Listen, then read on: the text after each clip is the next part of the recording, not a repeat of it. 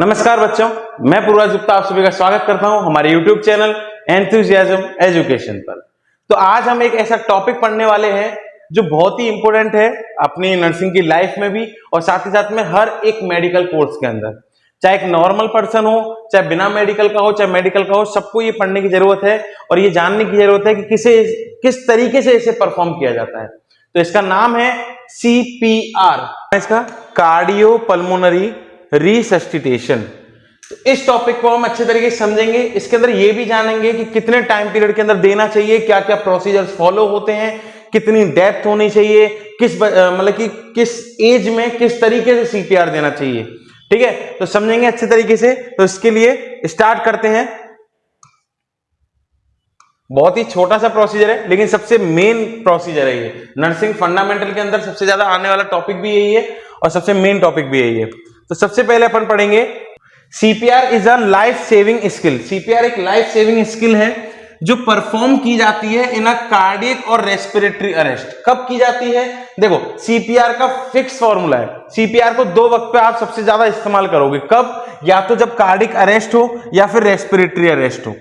दो सबसे major portion है, पहला कार्डियक अरेस्ट, दूसरा रेस्पिरेटरी अरेस्ट। या तो दिल गिरफ्तारी में आ जाए या फिर लंग्स गिरफ्तारी में आ जाए। ठीक है, to maintain circulation and oxygenation by external chest compression and artificial ventilation. यहां पर क्या बोला है कि भाई जब कार्डियक अरेस्ट हो, जब रेस्पिरेटरी अरेस्ट हो, जब आपको इस स्किल को यूज करना है। कैसे यूज करना है, क्यों यूज करना है? To maintain circulation. क्या मेंटेन करने के लिए? सर्कुलेशन मेंटेन करने के लिए। अब सर्कुलेशन कैसे? मतलब आप प्रेशर मारोगे तो भाई सर्कुलेशन क्या होगा? ब्लड इधर से उधर पंप होगा।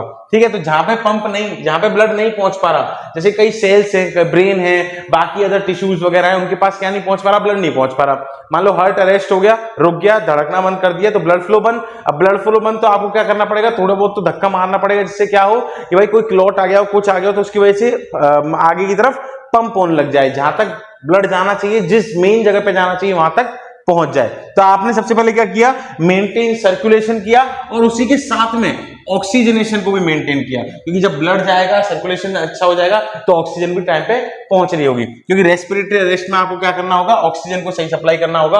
अब ये दोनों आप कैसे कर सकते हो? Bye external chest compression.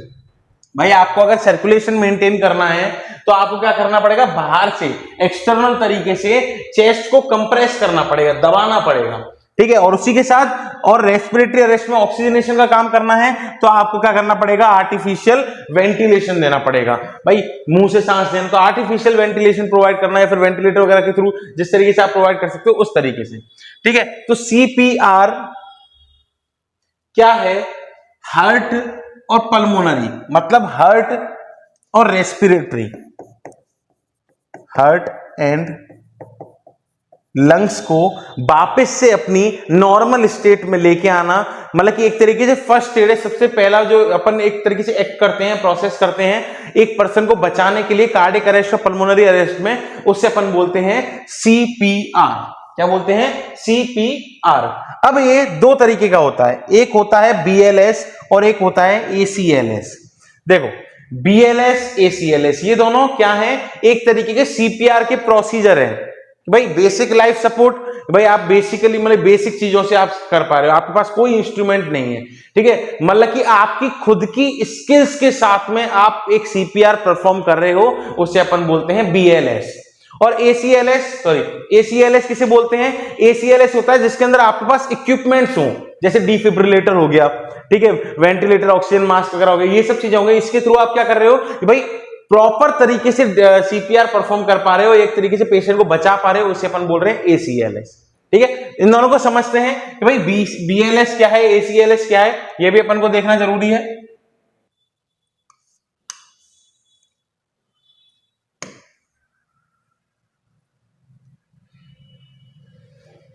देखो, सबसे पहले बात आती है BLS की। BLS क्या है? Basic life support.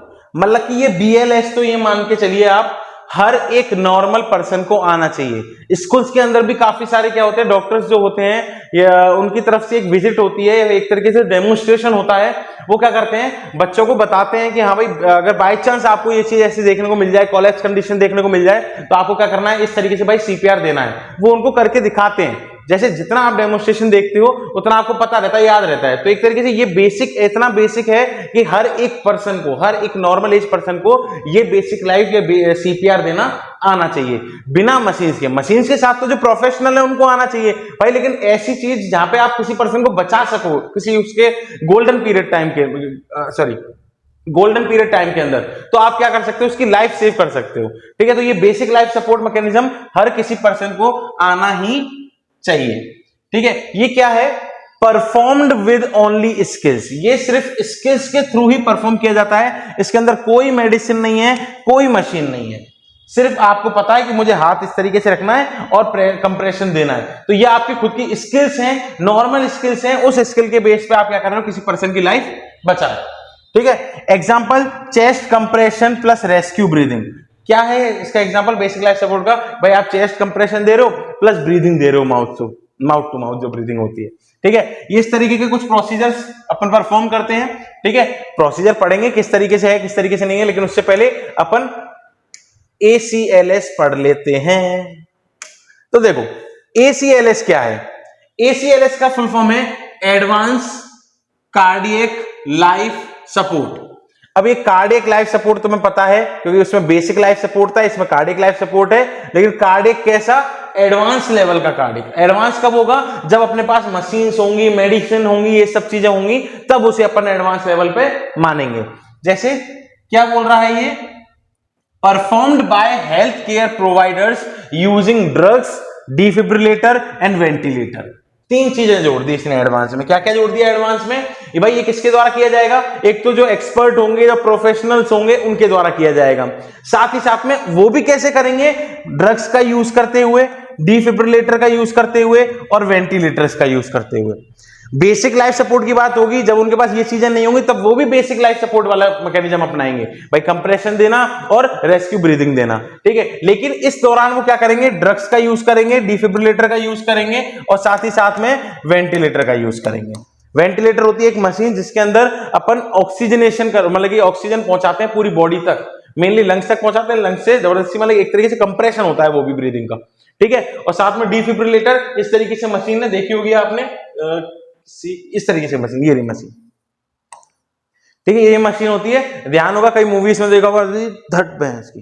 ठीक है, ये वाला सब। ठीक है, अब इसमें मेन बात आई, इसमें एक पॉइंट पूछा है, व्हाट इज गोल्डन टाइम, मतलब किसका गोल्डन टाइम, भाई सीपीआर देने का गोल्डन टाइम पीरियड क्या है। गोल्डन टाइम पीरियड का मतलब है कि भाई आप सीपीआर कितनी देर में परफॉर्म कर सकते हो, कितनी देर में दे देना चाहिए सीपीआर।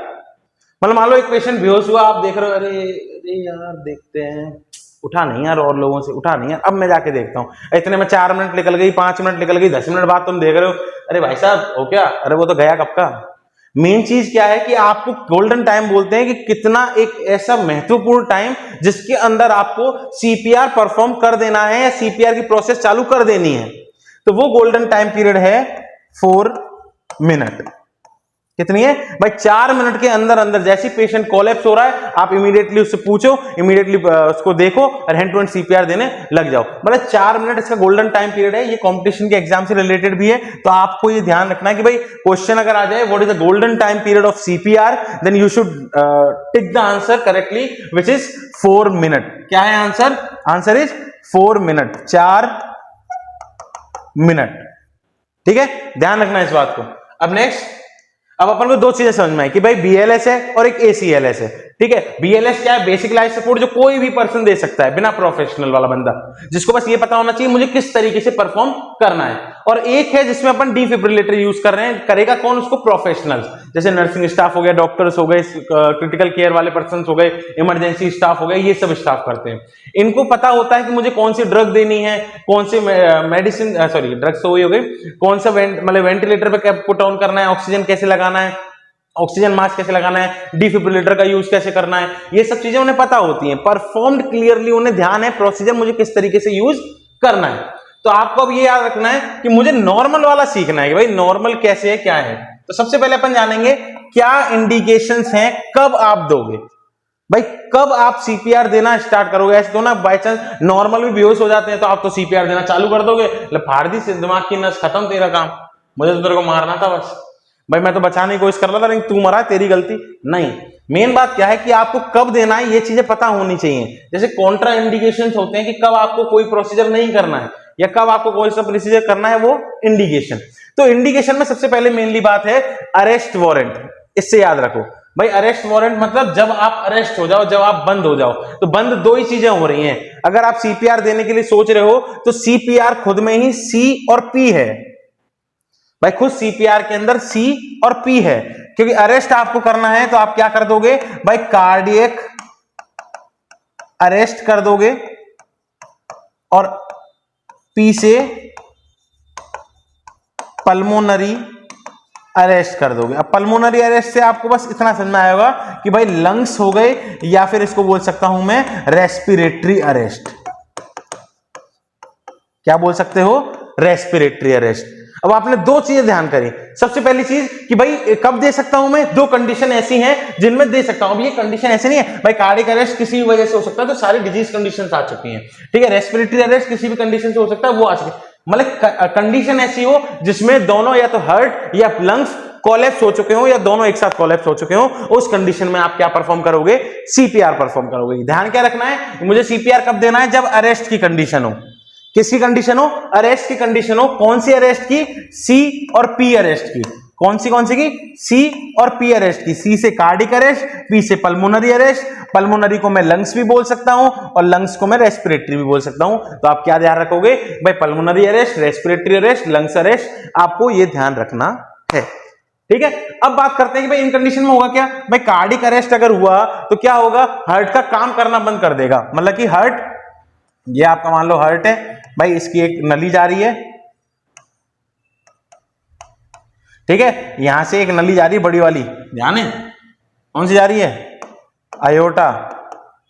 ये आयोटा जा रही है। मान लो अगर ये पंप करना बंद कर दे, यहाँ पे कोई भी थक्का जम गया, मान लो ये ब्लड जा ही नहीं पा रहा अब, ठीक है, ब्लड जा नहीं पा रहा, तो क्या हो गया, यहीं की यहीं रुक गया, हार्ट रुक गया, हार्ट पंप ही नहीं कर पा रहा बिल्कुल। मान लो कुछ भी स्टेनोसिस हो गया, कोई भी ऐसी कंडीशन हो गई, कार्डियोमायोपैथी हो गई, कोई भी ऐसी कंडीशन जिसकी वजह से हार्ट काम नहीं कर पा रहा, पंप नहीं कर पा रहा, वहीं की वहीं रुक गया है, उसको अपन बोलते हैं ज्यादातर कार्डियक अरेस्ट। क्या कंडीशन बोलेंगे, कार्डियक अरेस्ट। जहां लंग्स के अंदर जैसे मान लो फ्लूइड भर जाए, एल्वोलाई डैमेज हो जाए, एक गैस एक्सचेंज नहीं हो पा रहा, उस दौरान जब लंग्स काम करना बंद करें, अरेस्ट पोजीशन में चल जाए, उसे बोलते हैं अपन पल्मोनरी अरेस्ट बोलते हैं, ठीक है। अरेस्ट मतलब रुक जाना। भाई बांध के तुम्हें थाने में अंदर पटक दिया, सूतने की बात बाद में, लेकिन पहले तुम्हें बांध के अंदर पटक दिया, तुम कुछ नहीं कर सकते, वो चीज हो गई अरेस्ट। तो यहाँ पे भी क्या हो रहा है, तुम कुछ नहीं कर पा रहे, तुम्हारे लंग्स कुछ नहीं कर पा रहे, तुम्हारे हार्ट कुछ नहीं कर पा रहे, उससे अपन बोल रहे हैं कार्डियक अरेस्ट और पल्मोनरी अरेस्ट, ठीक है, ये ध्यान रखना। अब नेक्स्ट बात करते हैं,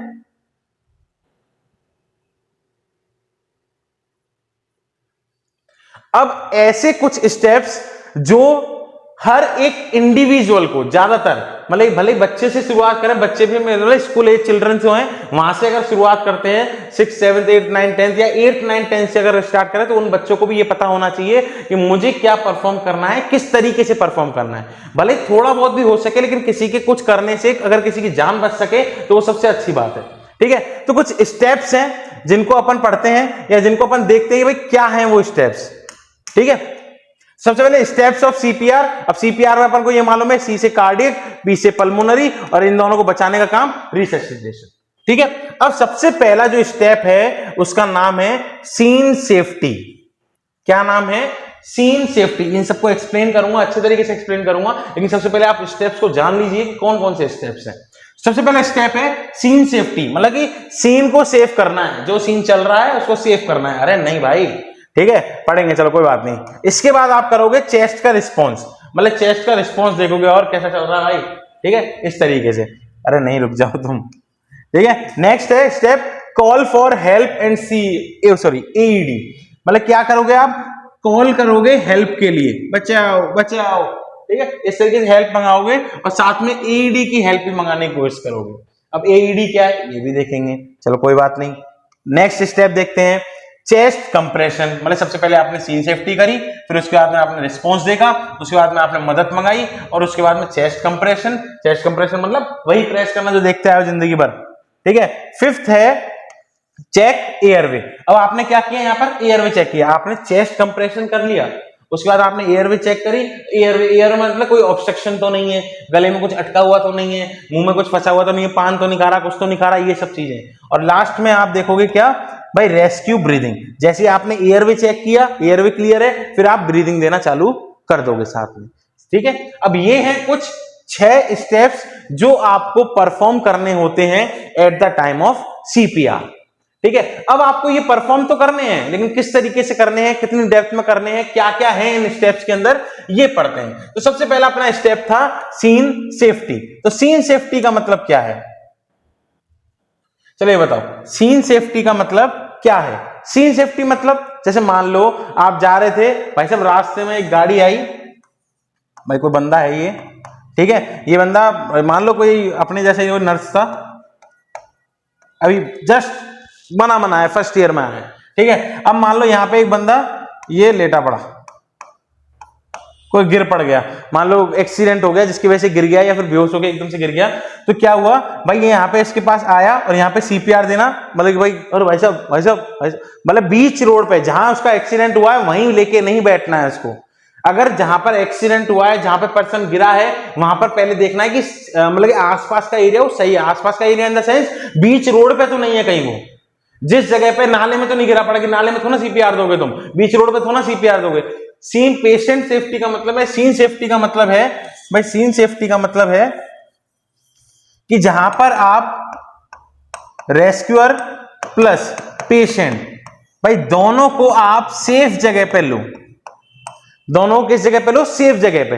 मतलब जो बचाने वाला है वो पहले जो पेशेंट है उसको पहले साइड में लाएगा, मतलब जो बीच रोड पे एक्सीडेंट हुआ है तो बिल्कुल साइड में लाएगा, कॉर्नर पे, जहां पे उसको भी खतरा नहीं हो और किसी और को भी खतरा नहीं हो, उस पेशेंट को भी ज्यादा खतरा नहीं हो। पता चला भाई जिस गाड़ी से पीछे से एक और गाड़ी आ रही है, दोनों को लपेट के लेके जा रही है, ठीक है, तो क्या करना है, दोनों जनों को पहले साथ में लाना है। जैसे बीच रोड पे देने लगे भाई, पहले साइड में लाना है, साइड में लाके फिर सीपीआर के लिए प्रोसीजर चालू करना है। तो सीन सेफ्टी में क्या है, जिस जगह पे पर्सन है पहले आसपास का अपना सीन क्लियर कर लेना है, लोगों को बोलना है थोड़ा दूर हो, ठीक है, और बिल्कुल साइड में लाना है, साइड में लाके आराम से उसको चेक करना है, फिर प्रोसीजर देना, इमीडिएटली स्टार्ट कर देना, ठीक है, ये सब काम होंगे। तो सबसे पहला है सीन सेफ्टी। सीन सेफ्टी के अंदर आप रेस्क्यूअर को और पेशेंट को दोनों को क्या करोगे, सेफ साइड में लेके जाओगे, ठीक है।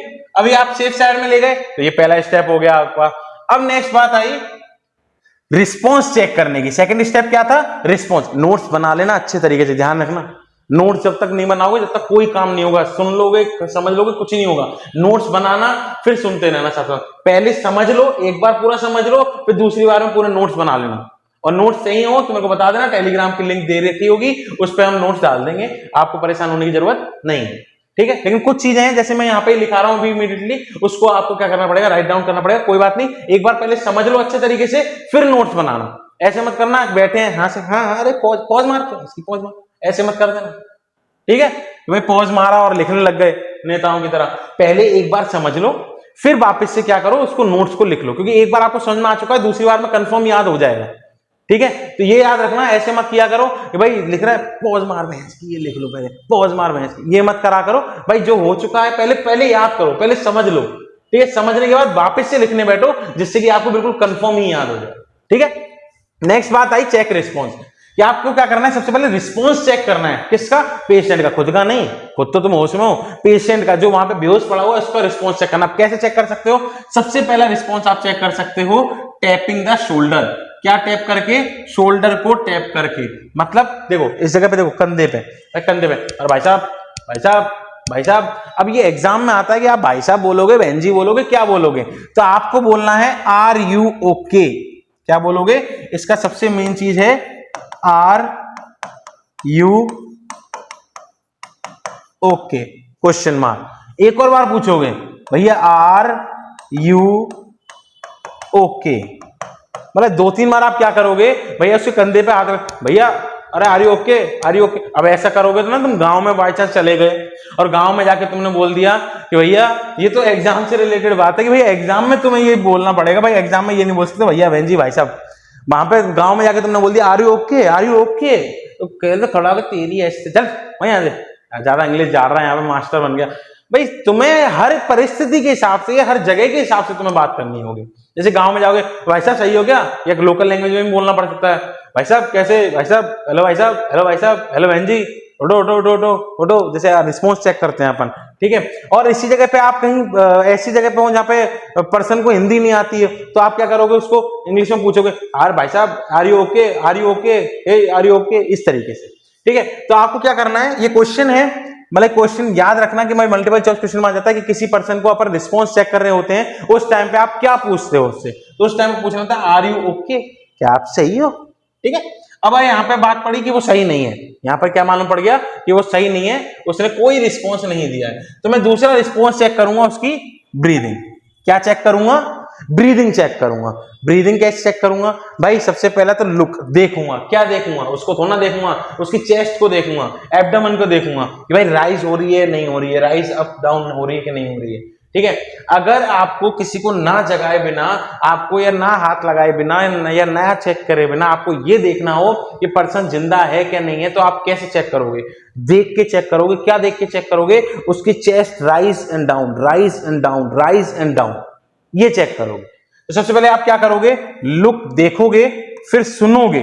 क्या सुनोगे भाई, कान से एक तरीके से जो उसकी सांसें हैं वो आ रही, फील हो रही है कि नहीं हो रही है आपकी चीख पे। फीलिंग और लिसन दोनों चीजें आप करोगे, साथ में क्या करोगे, लुक करोगे। सबसे पहले देखोगे, फिर लिसन करोगे, फिर फील करोगे भाई मुंह की सांस, नाक की सांस फील हो रही है कि नहीं हो रही है आपके चिन के पे, ठीक है, चीख पे, सॉरी। अब आपने दो काम कर लिए, शोल्डर टैप कर लिया रिस्पॉन्स के लिए, ब्रीदिंग चेक कर ली, किसके लिए, चेक करने के लिए हाँ भैया सही है क्या नहीं है। अब आपकी बारी आई कि भैया आपको पहले फटाफट से क्या चेक करना पड़ेगा भाई, पल्स और चेक करनी पड़ेगी। अब आपको पल्स चेक करनी है फटाफट से, भाग के तो क्या आप नहीं तो सबसे पहले क्या करोगे, सबसे पहले आपने क्या, भाई साहब सही हो, हेलो हेलो हेलो भाई साहब हेलो, हैंड टू हैंड देखा यार, चेस्ट राइज नहीं हो रही यार, फील नहीं हो रही यार, हैंड टू हैंड क्या करोगे, हाथ पकड़ोगे उसका। तो एडल्ट अगर हो वहां पे, कौन हो, एडल्ट पर्सन हो, तो भाई उसके तुम कैरोटिड पल्स चेक करोगे। कौन सी पल्स चेक करोगे, कैरोटिड। कहां है, ये देखो किस तरीके से, कैरोटिड पल्स। और भी इससे बढ़िया, अगर तुम्हें ज्यादा माथा फोड़ी हो रही हो, कैरोटिड नहीं समझ में आ रही हो, वैसे तो इसी जगह है, आराम से तुम्हें फील हो जाएगी। बहुत खतरनाक चलती है, दाव दाव दाव, बहुत खतरनाक, ठीक है। लेकिन तुम और ऐसा चाहते हो कि भैया नहीं मेरे को नहीं समझ में आ रही, तो भैया ध्यान रखना, लेकिन ये एग्जाम के पर्पज से तो तुम्हें यही याद रखना है कि भैया एडल्ट के अंदर तुम कैरोटिड पल्स सबसे पहले चेक करोगे, और नहीं तो फिर आप रेडियल आर्टरी को चेक कर सकते हो इजीली, ठीक है, आराम से फील कर सकते हो। फिर नेक्स्ट अगर अपन बात करें बच्चों के अंदर, तो बच्चों के अंदर आप फीमोरल पल्स चेक करोगे।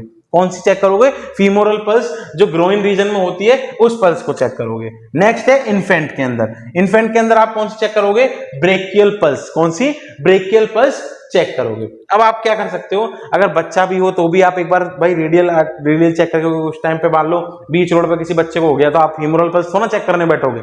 आप क्या कर सकते हो भाई, रेडियल पल्स चेक कर सकते हो, कैरोटिड चेक कर सकते हो, ये चीजें चेक कर सकते हो। लेकिन एग्जाम पर्पस से आपको क्या याद रखना है भाई, एडल्ट के अंदर कैरोटिड, चाइल्ड के अंदर फीमोरल और इन्फेंट के अंदर ब्रेकियल। लेकिन आप कंबाइंडली एक पकड़ सकते हो, कौन सी, रेडियल पल्स, ठीक है। हाथ यहां लगाया, 3 उंगली लगाई, दोनों को दबाया, बीच वाली से फील किया, ठीक है। अब टाइम पीरियड कितना रहना चाहिए कि आप पल्स को चेक करो, ऐसे तो ना पकड़ के बैठे हैं, हाँ यार 1 मिनट, अरे भाई घड़ी दिखाइए, रे 10 सेकंड हुई क्या, 20 सेकंड हुई, नहीं।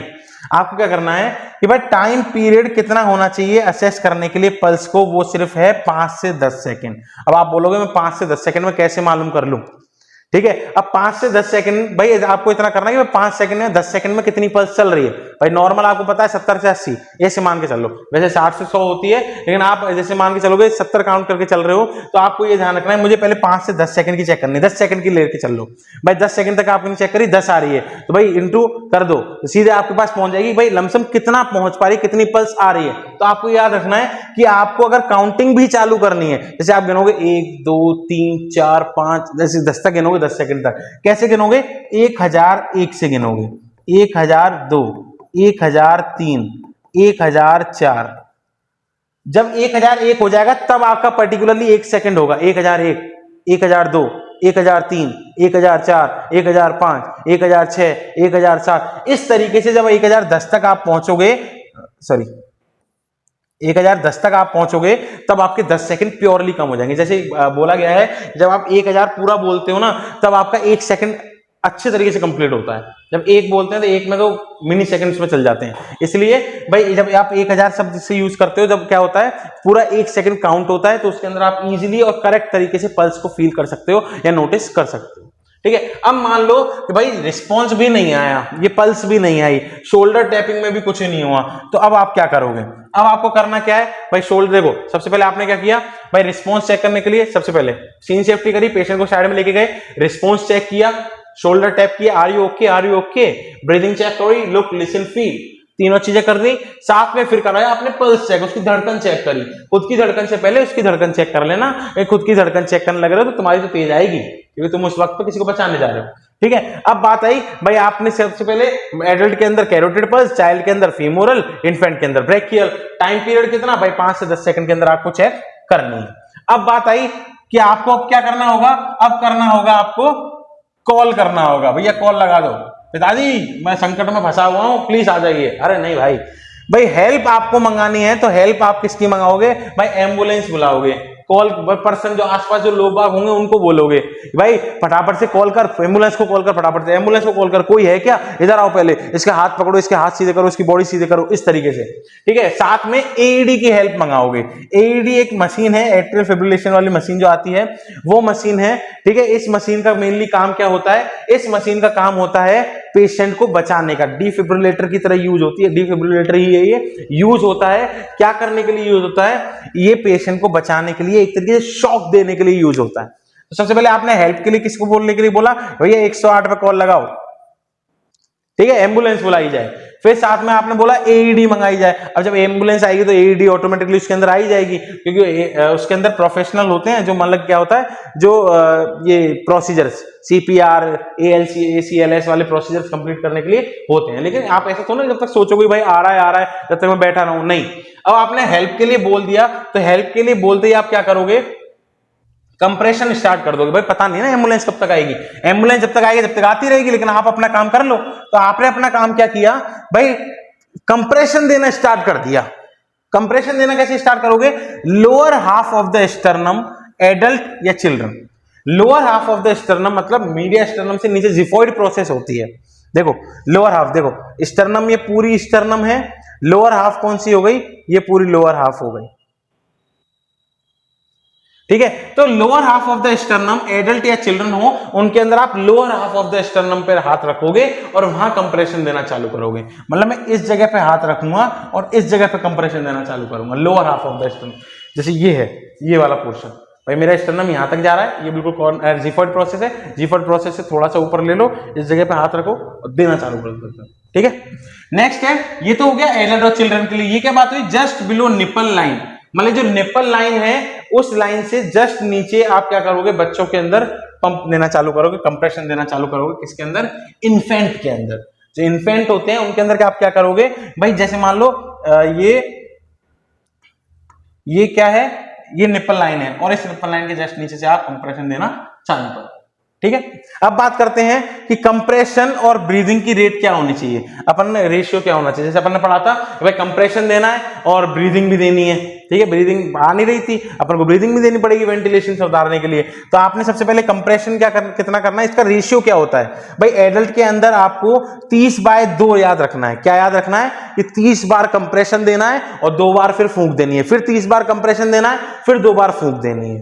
ठीक है। अब ये देखो चिल्ड्रन के अंदर अगर सिंगल रेस्क्यूअर है, क्या है? सिंगल रेस्क्यूअर है चिल्ड्रन या इन्फेंट के अंदर, तो 30/2। कितनी? 30/2, मतलब वही 30 बार अगर एक ही जना है तो सिंगल रेस्क्यूअर मतलब एक ही जना बचाने वाला है, तो 30 बार क्या करेगा? चेस्ट कंप्रेशन देगा और 2 बार सांस देगा। ठीक है। अगर मान लो चिल्ड्रन और इन्फेंट के अंदर 2 बचाने वाले लोग हैं, 2 जनों को आता है, तो एक जना 15 कंप्रेशन देगा, 2 बार फूंक देगा, फिर एक जना 15 कंप्रेशन देगा, फिर 2 बार फूंक देगा। ये इस तरीके से चलेगा। फूंक मतलब माउथ टू माउथ ब्रीदिंग देगा। ठीक है। नेक्स्ट है न्यूबॉर्न। अगर बच्चा जस्ट पैदा हुआ है तो उसके अंदर आप 3/1 करोगे। 3/1 मतलब 3 बार कंप्रेशन और 1 बार फूंक, 3 बार कंप्रेशन 1 बार ब्रीदिंग, 3 बार कंप्रेशन 1 बार ब्रीदिंग, इस तरीके से। ठीक है। और ब्रीदिंग देने से पहले खुद का गुटका और दूसरे का गुटका दोनों चेक करना है। ठीक है। उसने मान लो कोई पान तो नहीं खा रखा, या फिर कोई सेब खा रहा हो उस वक्त हो जाए कुछ, या फिर आप सेब खा रहे हो तब कुछ हो जाए। ठीक है। ये चीजें ध्यान रखनी है आपको। नेक्स्ट बात आएगी भाई डेप्थ क्या याद रखनी है? डेप्थ मतलब कितने अंदर तक आपको कंप्रेशन देना है। ऐसे थोड़ा ना भैंस की 100 किलो का आदमी है, मेरे जैसा आदमी है, अब वो क्या कर रहा है, किसी कंप्रेशन देने जा रहा है, ले पहली बार में वो गई हड्डी 2-3 गई। भाई कंप्रेशन किस लेवल तक, भाई एडल्ट में कितना देना है, एडल्ट में आप छू रहे हो सिर्फ ले हो गया, नहीं, अरे भाई तुम्हें ये याद रखना कि एडल्ट के अंदर कितना कंप्रेशन दे सकता हूं, इन्फेंट के अंदर कितना दे सकता हूं, न्यूबॉर्न के अंदर कितना दे सकता हूं, या जो चिल्ड्रंस हैं उनके अंदर कितना दे सकता हूं। ठीक है, सबसे पहले आप बात करोगे एडल्ट की, तो एडल्ट के अंदर कितना चेस्ट कंप्रेस होना चाहिए, कितना दबना चाहिए, कितना उठना चाहिए, कितना दबना चाहिए, कितना उठना चाहिए, तो 2 से 2.5 इंच तक उसके क्या हो, आराम से कंप्रेस हो जाए और उठ जाए। आपको जैसे मान लो कंप्रेस करना है तो उठाना भी है उसको, ऐसे नहीं करना ले नीचे नीचे नीचे दबता रहे मरता रहे, नहीं, कंप्रेस करना है, उठ जाए, कंप्रेस करो उठ जाए, कंप्रेस करो उठ जाए। ठीक है, अब नेक्स्ट चिल्ड्रंस के अंदर आप 1.5 से 2 इंच तक क्या कर सकते हो, कंप्रेशन दे सकते हो। इन्फेंट के अंदर 1 से 1.5 इंच और न्यूबॉर्न के अंदर 0.5 से 0.75 इंच। अब देखो इसमें हो रहा क्या है, प्रेशर लग रहा है, दम लगाई जा रही है, कंप्रेशन हो रहा है, दब रहा है, लेकिन दबने के साथ में आपको ऊपर तक भी उठाना है, नॉर्मल स्टेट तक भी लाना है, तब वो प्रॉपरली तरीके से क्या होगा, कंप्रेशन माना जाएगा। अब यहां पे कुछ है, जैसे ये एडल्ट है, ये चिल्ड्रन 1 से 8 तक, और ये इन्फेंट। देखो अगर एडल्ट है तो आपको दोनों हाथ यूज करने हैं इंटरलॉक्ड बिटवीन निप्पल, मतलब आपको एक सेकंड इस तरीके से इंटरलॉक करने हैं। ये देखो इस तरीके से आप मतलब ये हाथ ऐसे रखोगे और इस तरीके से इंटरलॉक करोगे, या फिर इस हाथ को ऐसे रखोगे, इस हाथ को ऐसे इंटरलॉक करोगे, और फिर आप कंप्रेशन देना चालू करोगे। ठीक है, ये क्या है, चेस्ट कंप्रेशन देना चालू करोगे। ये देखो 2 इंच से, मैंने भी क्या कहा 2 से 2.5 इंच, 2 इंच से आप क्या करोगे, प्रेस डाउन करोगे। अगर मान लो बच्चा है तो आप 1 हैंड यूज करोगे, सिंगल हैंड यूज करोगे और उसको रख के कंप्रेस करोगे, और 2 इंच तक आप प्रेस डाउन कर सकते हो। अगर बच्चा है, इन्फेंट है बिल्कुल, तो 2 फिंगर्स यूज करोगे बिलो द निप्पल लाइन, सिर्फ 2 उंगलियां, और 2 उंगली से आप क्या करोगे, कंप्रेशन दोगे। ठीक है, कितना, 1 से 1.5 इंच। अब बात आती है कि 30 compression at 100 to 120 compression per minute, मतलब आपको 30 कंप्रेशन एक बार में देने हैं, 100 से 120 कंप्रेशन 1 मिनट के हिसाब से, मतलब 1 मिनट में आपको 100 से 120 देने हैं और एक बार में 30 देने हैं। मतलब आप समझो कि भाई 1 मिनट मतलब 60 सेकंड के अंदर आपको 100 तो कंप्रेशन देने 100 मान के चलो, कितने कंप्रेशन देने, मतलब आपको 100 कंप्रेशन देने हैं, लेकिन एक बार में, वन टाइम में, एक बार कोई रेस्क्यूअर देने पहुंचा तो वन टाइम में वो कितने देगा, वन टाइम में उसको देने हैं 30। ये ध्यान रखना, जैसे कि बोला 30 compression at 100 to 120 compression per minute, allow chest to recoil between compression, मतलब चेस्ट को अलाउ करो कि आप कंप्रेस कर रहे हो और वापस ब्रीदिंग दे रहे हो, तो उस बीच में वो इमीडिएटली फॉलो करे रेस्क्यू ब्रीदिंग। जैसे आप कंप्रेशन दिए जा रहे हो तो उस बीच में आराम से रुक के ब्रीदिंग भी देनी है। ठीक है, इतना अलाउ करना है आपको चेस्ट को। ठीक है, नेक्स्ट बात करते हैं, डेप्थ की बात समझ में आ गई। अब बात करते हैं क्या, अपन को अब क्या चेक करना है, चेक एयरवे चेक करना है। एयरवे कैसे, मतलब कि आपको मुंह के अंदर कुछ है तो नहीं, अटका हुआ तो नहीं, ये चीज चेक करनी है। मतलब रिमूव ऑब्स्टेकल इफ एनी, अगर किसी भी तरीके का ऑब्स्टेकल माउथ के अंदर हो, एयरवे के अंदर हो, तो उसको आपको क्या करना है, बाहर निकालना है। सबसे बढ़िया 2 मेथड है, कौन से 2 मेथड है जिसमें आप चेक कर सकते हो बढ़िया तरीके से। सबसे पहला है हेड टिल्ट चिन लिफ्ट मैनुअल। मैनुअल एक प्रोसीजर है जिसमें आप क्या करते हो भाई, एक प्रोसीजर है जिसमें हेड को टिल्ट करके चिन को लिफ्ट करते हो। देखो ये वाला प्रोसीजर, देखो हेड को आपने टिल्ट किया, मतलब कि सिर एक हाथ तो सिर पे रखा ऐसे और चिन को ऊपर करा, तो आपने चेक किया भाई कुछ गले में सामने सीधे दिखेगा, ट्रैक किया लैरिंक्स वाला पोर्शन सीधे दिखेगा, तो उसमें आप चेक कर सकते हो कोई ऑब्स्टेकल तो है नहीं। ठीक है, क्या बोला इसने, एक second, put one hand on head and by other hand lift the chin। एक हैंड किस पे रखो, हेड पे, और एक हैंड किस पे रखो, चिन को लिफ्ट करो एक हैंड। ठीक है, वो कौन सा हो जाएगा, हेड टिल्ट चिन लिफ्ट मैनूवर। ठीक है, अब दूसरा है jaw thrust manoeuvre. Jaw thrust का मतलब क्या है कि सेफेस्ट मेथड है open mouth by moving the jaw. आपने हाथ को यूं रखा, इस तरीके से आप मूव कर रहे हो चेक करने के लिए। यहां पे देखो, इस जगह पे देखो, इस जगह पे क्या किया, हाथ को ऐसे पीछे रखा, गर्दन को बिल्कुल सीधे किया और इसको इस अंगूठे से आप आगे की तरफ धक्का मारो इस तरफ। ठीक है, जैसे कि आप ऐसे करके और ऐसे खोल रहे हो, इस जगह से इस चीज को ओपन कर रहे हो। अब इस चीज को ओपन करोगे तो आपको माउथ के अंदर का पूरा पाथवे क्लियर दिख जाएगा। ये स्पाइन इंजरी से बचने के लिए सबसे अच्छा मेथड है, सेफेस्ट मेथड है। इसके अंदर हो जाती है कि इसके अंदर एकदम आपने खींच दिया, इसके अंदर आप प्रॉपर तरीके से इजीली कर पाते हो। ठीक है, नेक्स्ट अब आपने क्या किया भाई, एयरवे चेक कर लिया, कोई ऑब्स्टेकल है तो नहीं। अगर कोई ऑब्स्टेकल है तो आपको क्या करना है, रिमूव फॉरेन बॉडी। जो फॉरेन बॉडी है उसको क्या करोगे आप, रिमूव करोगे।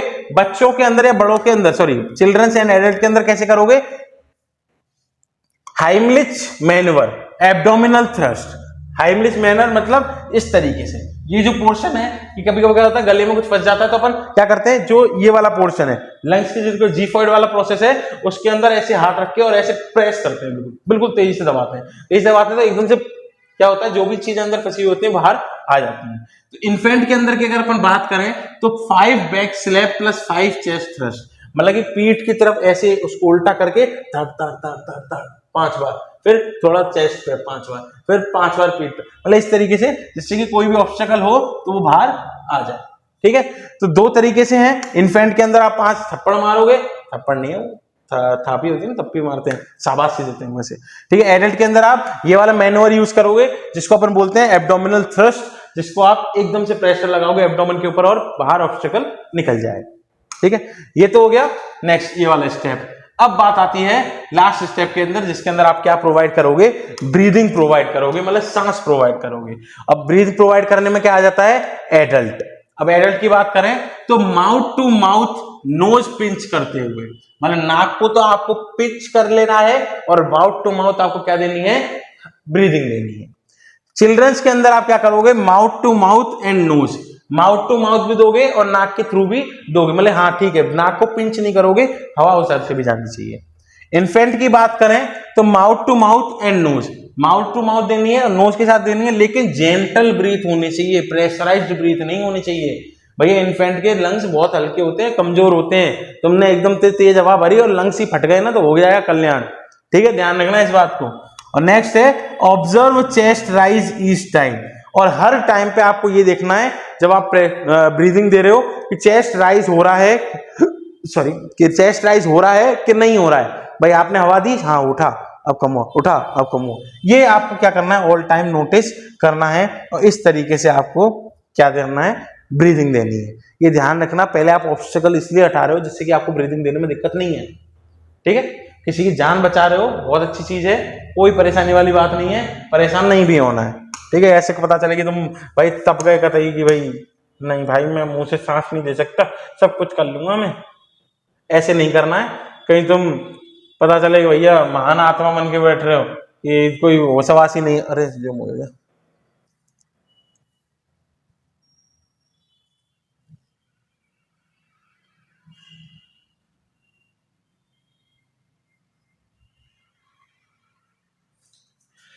तो आज का हमारा टॉपिक सीपीआर यहाँ पे कंप्लीट होता है, लेकिन उससे पहले ये ध्यान रखना कि आप लोगों को इसके नोट्स बनाने हैं। अब बनाना, एक बार पढ़ चुके हो, एक बार पढ़ने के बाद वापस क्या करना, राइट डाउन करना, आपको याद हो एक बार में, एक झटके में। ठीक है, तो क्या करना है, एक बार पढ़ना है ध्यान से, फिर दूसरी बार में नोट्स तैयार करने हैं और तीसरी बार में खुद का रिवीजन करना है। तो थैंक यू सो मच, मिलेंगे अगली वीडियो में अगले एक धमाकेदार प्रोसीजर के साथ, और हो सकता है आपके नर्सिंग फंडामेंटल के कोई से भी बेस्ट टॉपिक अपन लें जिसके अंदर वाइटल साइंस एंड काफी अदर टॉपिक्स हैं, बेड सोर्स हैं। और तो जब तक के लिए like share and subscribe our channel, और ध्यान रखना ये सब्सक्राइब कर दिया करो और लाइक कर दिया करो। ठीक है, और जितना हो सके उतना शेयर करो। तो थैंक यू सो मच, मिलेंगे अगली वीडियो।